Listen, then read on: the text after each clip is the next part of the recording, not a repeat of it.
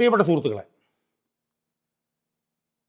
തെരഞ്ഞെടുപ്പ് കമ്മീഷൻ തെരഞ്ഞെടുപ്പ് തീയതി പ്രഖ്യാപിച്ച് മണിക്കൂറുകൾക്കകം അടുത്ത തെരഞ്ഞെടുപ്പിൽ മത്സരിക്കാൻ പോകുന്ന CPM-ന്റെ സ്ഥാനാർത്ഥി പട്ടിക പുറത്തു. എൻ്റെ ഓർമ്മ ശരിയാണെങ്കിൽ ഏതാണ്ട് 86 സ്ഥാനാർത്ഥികളുടെ സ്വതന്ത്രർ ഉൾപ്പെടെ ഏതാണ്ട് 86 പേരുടെ ലിസ്റ്റാണ്.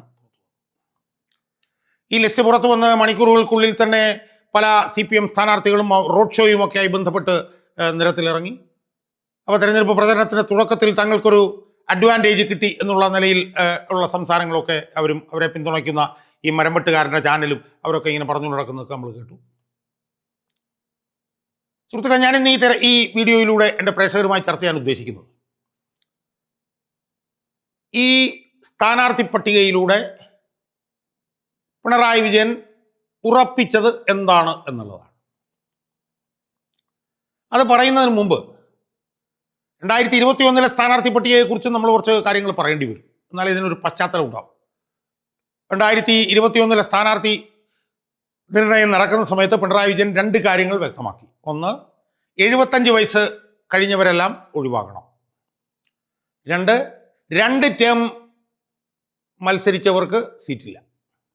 ഈ 2 കാര്യങ്ങളും പിണറായി വിജയൻ 2021 തെരഞ്ഞെടുപ്പിൽ വ്യക്തമാക്കി. അങ്ങനെയാണ് ആ സ്ഥാനാർത്ഥി പട്ടിക വന്നത്. അപ്പോൾ നമുക്കറിയാം, 75 വയസ്സ് കഴിഞ്ഞു എന്നൊക്കെ പറയുമ്പോഴത്തേക്കും ഈ പറഞ്ഞ പോലെ AK ബാലൻ, പിന്നെ MM മണി, G സുധാകരൻ, പിന്നെ തോമസ് ഐസക്ക്, അങ്ങനെ കുറേ പേര് 75 വയസ്സിൻ്റെ ഇതിൽ ഒഴിവായിപ്പോയി. ബാക്കിയുള്ളവർ 2 ടേം എന്നുള്ള അതിൽ തട്ടിയും പലർക്കും സീറ്റ് നഷ്ടപ്പെട്ടു. സുഹൃത്തുക്കളെ, യഥാർത്ഥത്തിൽ പിണറായി വിജയൻ 2021 പണി ചെയ്തത് എന്തിനാണ്? പാർട്ടിയെ ശുദ്ധീകരിക്കാനോ, അല്ലെങ്കിൽ പാർട്ടിയെ പുതുമുഖങ്ങളെ കൊണ്ടുവരാൻ വേണ്ടിയിട്ടാണോ, അല്ലെങ്കിൽ പാർട്ടിയെ കൂടുതൽ ഊർജ്ജസ്വലമാക്കാൻ വേണ്ടിയിട്ടായിരുന്നു? ഒരിക്കലുമല്ല. ഒരൊറ്റ ലക്ഷ്യം മാത്രമാണ് 2021 പിണറായി വിജയൻ ഉണ്ടായിരുന്നത്. തൻ്റെ മരുമകനായിട്ടുള്ള മുഹമ്മദ് റിയാസിനെ വാഴിക്കാനുള്ള ശ്രമങ്ങളുടെ തുടക്കം ഇടണം എന്നുള്ളതായിരുന്നു പിണറായി വിജയൻ്റെ ലക്ഷ്യം. അതിൻ്റെ ഭാഗമായി 75 വയസ്സുകാരെ പുറത്താക്കി, 2 ടേമുള്ളവരെയൊക്കെ പുറത്താക്കി, റിയാസിന് വേണ്ടി വഴിയൊരുക്കി. എന്നിട്ട് എന്ത് ചെയ്തു? തൻ്റെ മരുമകനായിട്ടുള്ള റിയാസിനെ വടക്കൻ കേരളത്തിലെ ഏറ്റവും ഉറപ്പുള്ള സീറ്റായിട്ടുള്ള ബേപ്പൂരിൽ നിന്ന് മത്സരിപ്പിച്ച് വലിയ ഭൂരിപക്ഷത്തിൽ വിജയിപ്പിച്ചു. വിജയിപ്പിച്ച റിയാസിനെ സംസ്ഥാന കമ്മിറ്റിയിലേക്ക് കൊണ്ടുവന്നു. ഒരു ഉളുപ്പുമില്ലാതെ മന്ത്രിസഭയിലേക്ക് കൊണ്ടുവന്ന് മന്ത്രിസഭയിലെ ഏറ്റവും പ്രധാനപ്പെട്ട 2 വകുപ്പുകൾ മുഹമ്മദ് റിയാസിന് നൽകി. ഒന്ന് പൊതുമരാമത്തും, ഒന്ന് ടൂറിസം വകുപ്പ്. തൊട്ടുപുറകെ മരുമകൻ മുഹമ്മദ് റിയാസിനെ സംസ്ഥാന സെക്രട്ടേറിയറ്റിലേക്കും കൊണ്ടുവന്നു. അപ്പോൾ ഇതിനു വേണ്ടിയിട്ടുള്ള അരങ്ങൊരുക്കുന്നതിന് വേണ്ടിയിട്ടാണ് ഈ സ്ഥാനാർത്ഥി പട്ടികയിൽ 75 വയസ്സുകാരെ ഒഴിവാക്കിയതും ഈ പറഞ്ഞ പോലെ 2 ടേം ഉറപ്പിച്ചതും. 75 വയസ്സിൻ്റെ പേരിൽ പലരെയൊക്കെ ഒഴിവാക്കുമ്പോഴത്തേക്കും നല്ല പ്രകടനം നടത്തിയ പല മന്ത്രിമാരെയാണ് ഒഴിവാക്കി. G സുധാകരൻ ഏറ്റവും നല്ല പ്രകടനം നടത്തുന്ന ഒരു മന്ത്രിയായിരുന്നു, അദ്ദേഹത്തെ ഒഴിവാക്കി. സാമാന്യം തെറ്റില്ലാത്ത പ്രകടനം നടത്തിയ മന്ത്രിയായിരുന്നു തോമസ് ഐസക്ക്, അദ്ദേഹത്തിന് ഒഴിവാക്കി. അതൊക്കെയായിരുന്നു ഒരു ലക്ഷ്യം. 2, മന്ത്രിസഭയിൽ താൻ കഴിഞ്ഞാൽ തൻ്റെ മരുമകന് ഒരു ഭീഷണിയും മന്ത്രിസഭയിൽ ഉണ്ടാവാൻ പാടില്ല, അതായിരുന്നു ഉദ്ദേശം. അതിൻ്റെ അടിസ്ഥാനത്തിൽ ഈ KN Venu Balagopal, P Rajeev, MP Rajesh എന്നൊക്കെ പറയുന്ന ഈ മൂടുതാങ്ങികളായിട്ടുള്ള കുറച്ച് ചെറുപ്പക്കാരെ കൊണ്ടുവന്നു. പിന്നെ അറിയാമല്ലോ, ഈ വീണ ജോർജ്, R ബിന്ദു എന്നൊക്കെ പറയുന്ന പോലെ ഈ 5 വർഷത്തെ ഭരണം കഴിയുമ്പോഴും കാൽക്കാശിനൊക്കെ ഇല്ലാത്ത കുറേ ആളുകളെ കൊണ്ടുവന്നു അവിടെ നിർത്തി. അങ്ങനെ തന്നെ മരുമകനെ കൊണ്ടുവരാനുള്ള ആദ്യത്തെ ഘട്ടം 2021 തെരഞ്ഞെടുപ്പിൽ പൂർത്തിയാക്കി. സുഹൃത്തുക്കളെ, ഈ തെരഞ്ഞെടുപ്പിൽ എന്താ പിണറായി വിജയൻ ചെയ്തിരിക്കുന്നത്? ഈ തെരഞ്ഞെടുപ്പിൽ ജയസാധ്യത വളരെ കുറവാണ് എന്ന് പിണറായി വിജയൻ അറിയാം. വളരെ കൃത്യമായി തന്നെ അറിയാം, കഴിഞ്ഞ തവണ പോലെ ഇത്തവണ ജയിച്ചു വരാനൊന്നും പോകുന്നില്ല എന്ന്.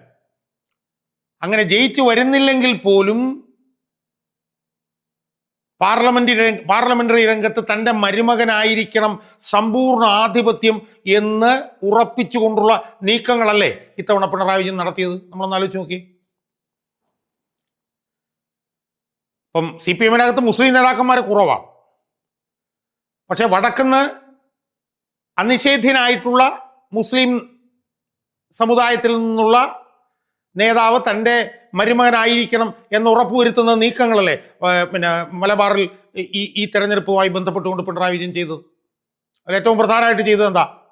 തലശ്ശേരിയിൽ നിന്ന് മത്സരിക്കുന്ന സീനിയർ ആയിട്ടുള്ള AM ഷംസീർ എന്ന് പറഞ്ഞിട്ടുള്ള ആ ചെറുപ്പക്കാരനെ യാതൊരു കാരണവുമില്ലാതെ വെട്ടി. 2 ടേം പൂർത്തിയാക്കി എന്നാണ് പറയുന്നത്. 2 ടേം പൂർത്തിയാക്കിയ 16 പേർക്ക് ഇളവുണ്ട്. പിണറായി വിജയൻ ഉൾപ്പെടെ 16 പേർക്ക് 2 ടേം പൂർത്തിയാക്കിയവർക്ക് ഇളവുണ്ട്. അപ്പോഴും 2 ടേം പൂർത്തിയാക്കി എന്ന് പറഞ്ഞ കാരണം പറഞ്ഞ് AM ഷംസീറിനെ ഒഴിവാക്കുന്നു. ഇനി AM ഷംസീർ എന്ന് പറഞ്ഞിട്ടുള്ള ആ നേതാവ് സ്പീക്കർ എന്നുള്ള നിലയിൽ തെറ്റില്ലാത്ത പ്രകടനം കാഴ്ചവെച്ച ഒരാളല്ലേ. അദ്ദേഹത്തിന് 1 ടേമും കൂടെ കൊടുക്കാമായിരുന്നല്ലോ, കൊടുത്തില്ല. സ്പീക്കർ എന്നുള്ള നിലയിൽ തെറ്റില്ലാത്ത പ്രവർത്തനം നടത്തിയ AM ഷംസീറിനെ മാറ്റി നിർത്തുമ്പോഴാണ് സ്വർണ്ണക്കൊള്ള കേസിലും ഈ സ്വപ്ന സുരേഷ് വിവാദത്തിലൊക്കെ പെട്ടിട്ടുള്ള കടകംപള്ളി സുരേന്ദ്രന് വരെ സീറ്റ് കഴക്കൂട്ടത്ത് കൊടുത്തിരിക്കുന്നു. അപ്പം ഷംസീറിനെ മാറ്റിയതിൻ്റെ ഉദ്ദേശം എന്താ? തൻ്റെ മരുമകൻ അവിടുന്ന് പ്രധാനപ്പെട്ട മുസ്ലിം നേതാവായി CPM-ലെ മുസ്ലിം മുഖമായി ഉയർന്നു വരണം. ഇനി കോഴിക്കോടോട്ട് വന്നാൽ കോഴിക്കോട് വേറൊരു മുസ്ലിം നേതാവ് ഉണ്ടായിരുന്നു CPM-ൽ, മുസ്ലിം സമുദായത്തിൽപ്പെട്ടൊരു നേതാവ് ഉണ്ടായിരുന്നു. അദ്ദേഹത്തിൻ്റെ പേരാണ് എളമരം കരീം. അദ്ദേഹത്തെ വളരെ നേരത്തെ തന്നെ വളരെ കണക്ക് കൂട്ടി CITU-വിൻ്റെ ദേശീയ സെക്രട്ടറി ആയിട്ട് പറഞ്ഞങ്ങ് വിട്ടു. അദ്ദേഹം 2006-11 കാലഘട്ടത്തിൽ വ്യവസായ മന്ത്രിയായിരുന്നു VS മന്ത്രിസഭയിൽ. അദ്ദേഹത്തെ CITU-വിൻ്റെ ദേശീയ സെക്രട്ടറിയായി പറഞ്ഞു വിട്ടു. പിന്നീട് തൻ്റെ മരുമകന് മത്സരമാകാൻ കഴിയുന്ന മെഹബൂബ് എന്ന് പറഞ്ഞിട്ടുള്ള ഒരു നേതാവ് ഉണ്ടായിരുന്നു. അയാളെ കോഴിക്കോട് ജില്ലാ സെക്രട്ടറി ആക്കി. വയനാട് നിന്ന് പിന്നെ വേറൊരു ചെറുപ്പക്കാരനായിരുന്നു റഫീഖ്. അയാളെ വയനാട് ജില്ലാ സെക്രട്ടറി ആക്കി റിയാസിൻ്റെ കൂടെ അങ്ങ് ചേർത്തു. അപ്പം അയാളും റിയാസിന് മത്സരമാവില്ല. പിന്നെ കുറ്റ്യാടിയിൽ എന്തോ കുഞ്ഞഹമ്മദ് കുട്ടി എന്നും പറഞ്ഞിട്ട് ഒരു നേതാവുണ്ട്, അദ്ദേഹം ഒന്നും റിയാസിൻ്റെ മത്സരമേ ആവില്ല. അപ്പോൾ വടക്കൻ കേരളത്തിൽ നിന്ന് മുസ്ലിം സമുദായത്തിൽ നിന്നുള്ള CPM-ലെ നേതാക്കന്മാരുടെ ഇടയിൽ അനിഷേധ്യനാക്കി പിണറായി വിജയൻ തൻ്റെ മരുമകനെ സ്ഥാപിച്ചു. അതാണ് വടക്കൻ കേരളത്തിൽ ചെയ്തത്. തെക്കൻ കേരളത്തിലും ഒരു തരത്തിലും മുഹമ്മദ് റിയാസിന് ഒരു മത്സരം ഉണ്ടാവാൻ പാടില്ലാത്ത നിലയിൽ സ്ഥാനാർത്ഥി ലിസ്റ്റ് വെട്ടി ഒതുക്കി. നമ്മളെല്ലാവരും വിചാരിച്ചിരുന്നു M സ്വരാജ് സ്ഥാനാർത്ഥിയാകുമെന്ന്. സാമാന്യം കഴിവുള്ള ഒരു നേതാവാണ്, ഇപ്പോൾ ഉള്ളതിൽ സാമാന്യം കഴിവുള്ള ഒരു നേതാവാണ് M സ്വരാജ്. പക്ഷേ M സ്വരാജിന് സീറ്റ് കൊടുത്തില്ല. M സ്വരാജിന് സീറ്റ് കൊടുക്കുമെന്നാണ് എല്ലാവരും ഇത്തവണ വിചാരിച്ചത്. ഒരു തവണ തൃപ്പൂണിത്തുറയിലും ജയിക്കുകയും ഒരു തവണ തൃപ്പൂണിത്തുറയിലും തോക്കുകയും ചെയ്ത പിണറായി വിജയൻ്റെ വിശ്വസ്ത വിനീത വിധേയൻ എന്ന് കരുതിയിരുന്ന M സ്വരാജിന് സീറ്റില്ല. എന്തിനാണ്? റിയാസിന് മത്സരമാകുമോ എന്നുള്ള സംശയം.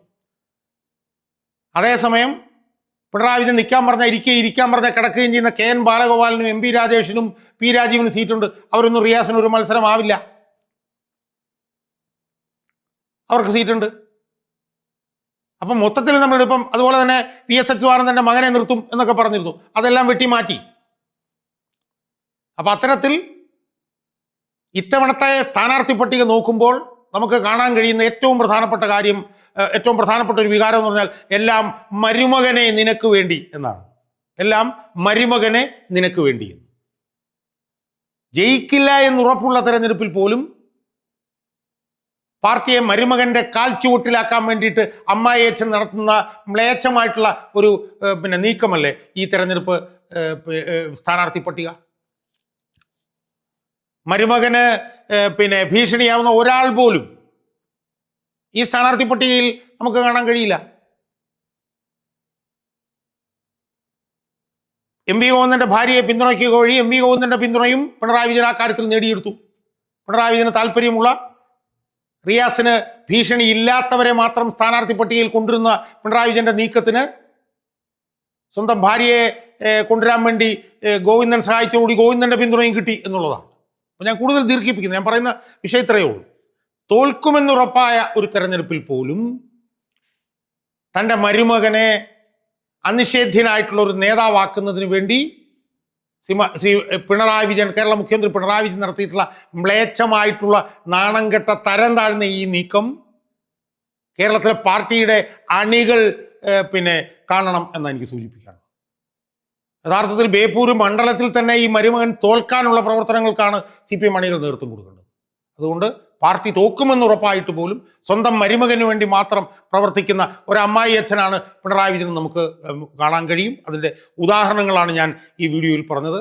അതുകൊണ്ട് ഇതിന് കൊടുക്കാവുന്ന ഒരു ഫിറ്റിംഗ് റിപ്ലൈ എന്ന് പറയുന്നത്, ഈ നീക്കത്തിന് പിണറായി വിജയൻ്റെ മസ്തകത്തിന് കൊടുക്കാവുന്ന ഫിറ്റിംഗ് റിപ്ലൈ എന്ന് പറയുന്നത്, മരുമകൻ ബേപ്പൂരിൽ തോൽക്കും എന്ന് ബേപ്പൂരിലെ CPM അണികൾ തീരുമാനിച്ച് ഉറച്ച് ഏപ്രിൽ 9 വോട്ട് കുത്തുക എന്നത് മാത്രമാണ്.